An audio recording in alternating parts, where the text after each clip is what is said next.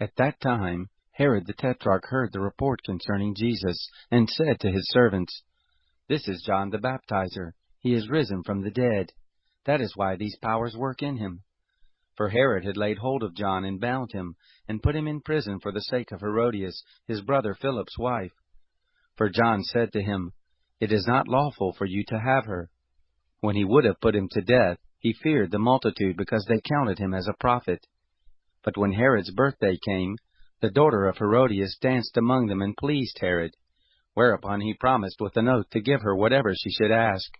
She, being prompted by her mother, said, "Give me here on a platter the head of John the Baptizer."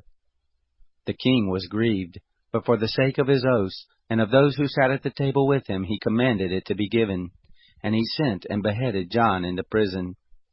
His head was brought on a platter, and given to the young lady, and she brought it to her mother. His disciples came and took the body and buried it, and they went out and told Jesus.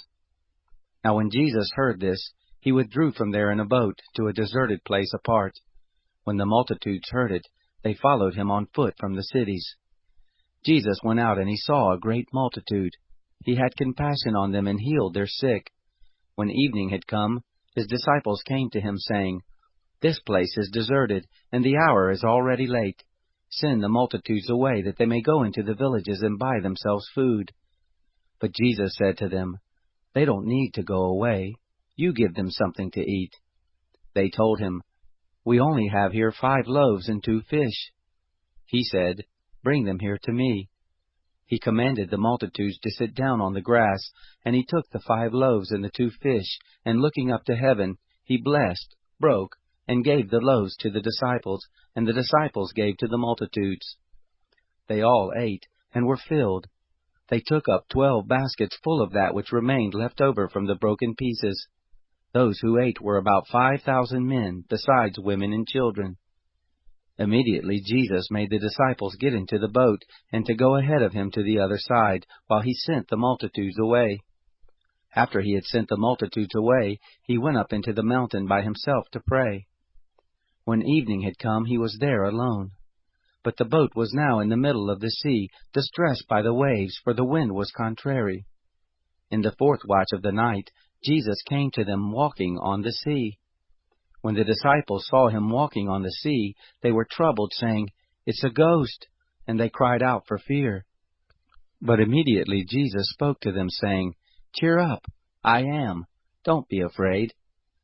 Peter answered him and said, "Lord, if it is you, command me to come to you on the waters." He said, "Come." Peter stepped down from the boat and walked on the waters to come to Jesus.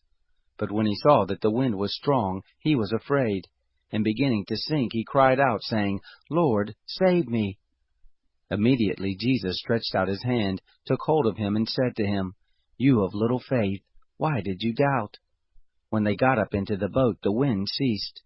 Those who were in the boat came and worshipped him, saying, "You are truly the Son of God." When they had crossed over, they came to the land of Gennesaret. When the men of that place recognized him, they sent into all that surrounding region, and brought to him all who were sick, and they begged him that they might just touch the fringe of his garment. As many as touched it were made whole.